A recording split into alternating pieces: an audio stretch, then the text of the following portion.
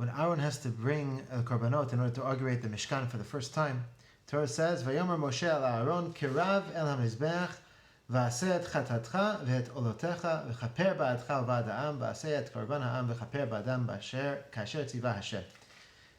Moshe has to tell Aaron, approach the Mizbech. Rashi picks up on the words kirav el hamizbech. Shaya Aaron bosh v'yarei lageshet. Aaron was embarrassed and afraid to approach. Amar Moshe, lama ta bosh? L'kach nivcharta. Why are you embarrassed? This is what you were chosen for.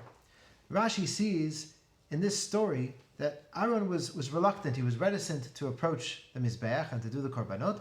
And so Moshe had to give him a little bit of a push, encourage him. Ramban goes a little bit deeper. He says, why was Aaron afraid? Why was he embarrassed? Because Aaron had a part in the Chet HaEgel. That was the sin that we see that Aaron did in the Torah. And so Aaron thought, how can I be the one to do this? But Rav Chaim Vital, quoted in Netivot Shalom, Rav Chaim Vital says, we have to read Rashi mod meduyak, exactly what his words say. Says, Lama atabosh, lekach nivcharta. It doesn't mean, why are you embarrassed? This is what you were chosen for in order to do the avodah. This is what you're for. No. Why are you embarrassed? That embarrassment, that fear, that is exactly the reason that you were chosen. There are two different ways of looking at this. The first way says that Aaron was embarrassed and he was upset because he had something to do with a Chet HaEgel, and the fact that he cared so deeply about that, about the fact that he was part of such a terrible sin that caused the rift between Bnei Israel and Hashem, that care, that worry, that's the reason he was chosen as Kohen Gadol. But the Netivot Shalom sees it from a totally different perspective. He says, no. Aaron's shame, his fear, that's really Aaron's feeling that he is not worthy. In other words, Moshe is saying, it's your humility that is the reason that you were chosen to be Kohen Gadol. Of course, this is a little bit difficult because, as we all know, the Torah tells us Moshe was the one who's anav mikol adam. He's the one who's filled with humility. Whoever said that Aaron was so humble? So the truth is that there are midrashim that say that Aaron and Moshe were actually almost like equals in humility. How could it be? So in one of my favorite ideas, the Netivot Shalom says there are two kinds of humility. And we have to really pay attention to this.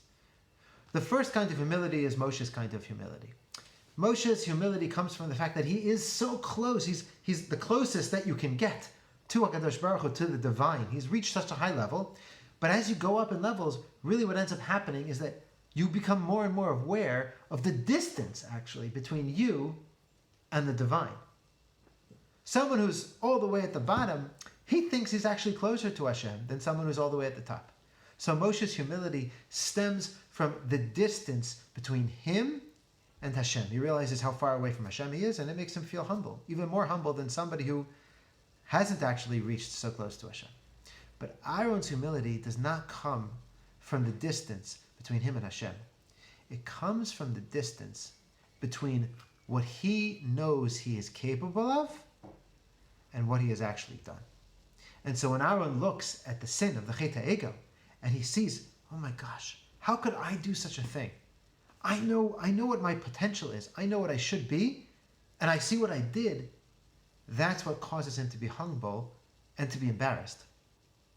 According to the Netivot Shalom, the idea that Moshe is saying to Aaron is that your humility, that's the relatable humility, because it doesn't come from a recognition of the distance between you to God, but rather it comes from a recognition of the distance between what I am right now and what I could and should be.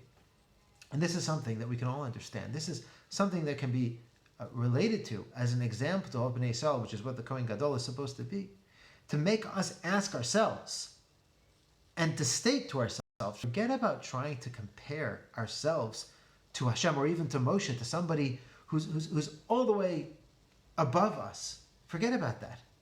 Simply compare yourself to what you know inside is truly your potential. Are we achieving it, or are we falling short? And the degree to which we are falling short, that is what causes us to feel that kind of humility. Shavua Tov.